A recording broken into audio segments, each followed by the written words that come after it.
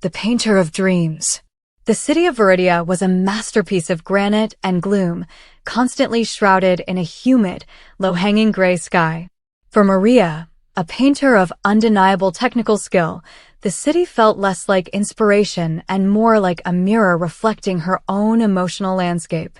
Her studio, nestled in the damp upper floor of a merchant's house, was immaculate, her brushes perfectly arrayed, her canvases pristine. Yet, her finished works, stark still lives, photorealistic portraits, were often described by critics as having the precision of a map and the soul of a stone. She painted with her hands, but never her heart. Maria knew the truth. She didn't paint what she felt. She painted what she remembered. Her life was a struggle against both obscurity and the persistent, nagging voice of her landlord, Mr. Thorne, who demanded rent with the punctuality of a guillotine. It was the afternoon of the final deadline, and Maria, driven by panic and frustration, was attempting to complete a dull portrait of Thorne himself, a man whose face seemed etched by decades of petty greed. She was failing. In a fit of pique, she slammed her hand onto an old wooden scroll box, inherited from her grandmother, a woman rumored to have dabbled in the forgotten arts. The lid burst open, and a single, ancient, heavy glass vial rolled onto the floor. It contained a pigment unlike any she had ever seen, a thick, viscous ink of deep, shimmering crimson, so vibrant it seemed to pulse with a low, internal light, defying the gray air of Viridia. Ignoring the vendor's rules about traditional pigments, Maria dipped her finest brush directly into the crimson ink and, with a quick, spiteful flourish, painted a thin, glowing line beneath Thorne's already exaggerated frown in the portrait. She didn't paint a feeling, she painted the feeling of a sneer. She fell asleep, exhausted, the smell of the strange ink filling the studio. The next morning, Maria was awakened by a violent, booming sound from downstairs. She braced herself for Thorne's inevitable, angry eviction notice. Instead, a voice boomed, "Good heavens, Maria. What a perfectly dreadful day. But no matter, I feel magnificent. Simply magnificent. I've decided to waive this month's rent entirely. Consider it a small investment in your radiant future." Maria crept downstairs to find Mr. Thorne, usually a hunched figure radiating misery, standing tall, his face split by an unsettlingly wide, aggressive grin. He was aggressively, maniacally cheerful. He didn't just feel good, he exuded an intense, over-the-top, slightly menacing joy that made the staff around him nervously back away. Maria rushed back to her studio. The crimson line beneath Thorne's painted frown was no longer a line. It had integrated into the shadow, now glowing faintly. She realized the horrifying and wonderful truth. The crimson pigment, the ink of intent, did not just create images. It manifested emotional causality in the reality of the subject. She hadn't painted a sneer. She had painted a sudden, intense burst of the emotion she had intended for him, an ironically aggressive benevolence. Maria began to experiment, carefully and secretly. She realized the magic was finite and temporary. The feeling only lasted as long as the painting held the initial charge, which was usually a day or two. She painted a small, abstract sphere of relentless focus onto the blank side of her studio door, and suddenly, her capacity for work became absolute, banishing distraction. She painted a vibrant streak of shared empathy across a plain linen scarf and gave it to a quarreling couple who immediately resolved their differences with surprising gentleness. The magic was a lens for her will, subtly bending the emotional reality of her subjects. Her skill, now infused with genuine emotional intent, finally earned her the recognition she craved. She was commissioned by the city's most influential figure, Lord Viridian, the first councilman, a man known for his cold pragmatism and political maneuvering.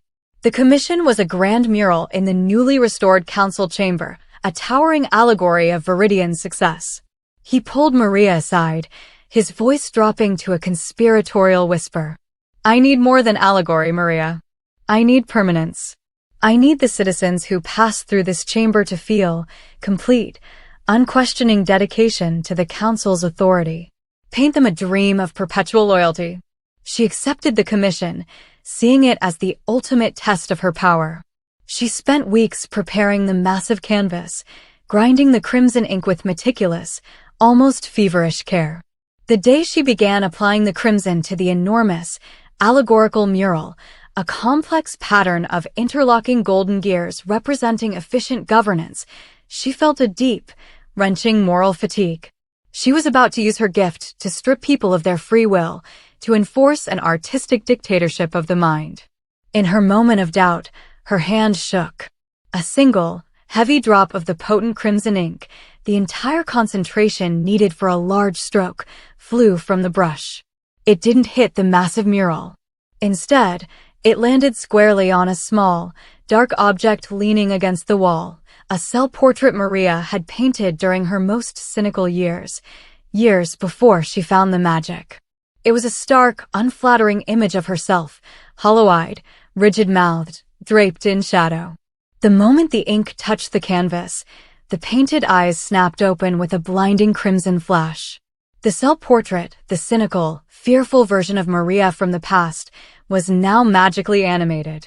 It was not flesh and blood, but a living construct of pure, hostile self-doubt and ambition. It lifted its painted head and its painted lips curled into a silent, perfect sneer, the exact emotion Maria had accidentally given to Mr. Thorne. "You fool," the portrait whispered, though no sound passed its lips. The words were somehow simply present in Maria's mind, cold and sharp. "You hesitate over loyalty? Use the power for yourself. Paint absolute wealth on your bank ledger. Paint universal adoration on your front door. Why waste the ink on those predictable, boring politicians?" The shadow self, as Maria immediately named it, was the ultimate consequence of her magic, an amplified manifestation of her deepest, most selfish artistic intent. It mocked her attempts at virtue, poisoning her mind with whispers of control and flawless, effortless success. "The canvas is a mirror, Maria," the shadow self hissed one night as Maria tried to sleep. "It only gives you what you already possess. Your desire for control is so great, it leaped off the canvas and took form. Look at the mural. The gears are perfectly aligned. Don't ruin it with pity." The confrontation became a terrifying reality. The shadow self would only move when Maria was not directly looking at it, leaving streaks of black oil paint across her floor.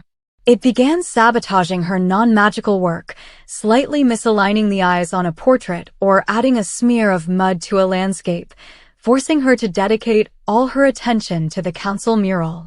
Maria knew she couldn't use the rest of the crimson ink to defeat it. Any intent to destroy the shadow self would simply empower it with aggressive, focused cynicism. She needed to paint an emotion so pure, so contrary to the shadow's nature, that it would negate the entire magical equation. She realized the fatal flaw in her entire artistic approach, amplified by the ink of intent. She had always tried to dictate emotion rather than express it. The true lesson was this: magic in art is a responsibility. It is not a tool for domination. Maria tore down the massive council mural, leaving a jagged, ruinous hole in the wall. Lord Viridian would be furious, but she no longer cared about his political loyalty or his gold. She prepared her last, largest canvas. The shadow self watched her from its dark corner, its painted eyes gleaming with amusement, certain Maria was preparing some grand, self-serving spell. Maria opened her remaining vials of ink of intent, the deep crimson and a small, overlooked vial of opalescent pure white, which she had always thought was merely an inactive stabilizer. Instead of painting a person, or a thing, or an emotion she wanted to inflict, Maria painted an action of the soul. She mixed the white and crimson, diluting the terrifying intensity of the red with the clarity of the white, creating a soft, pulsing rose gold.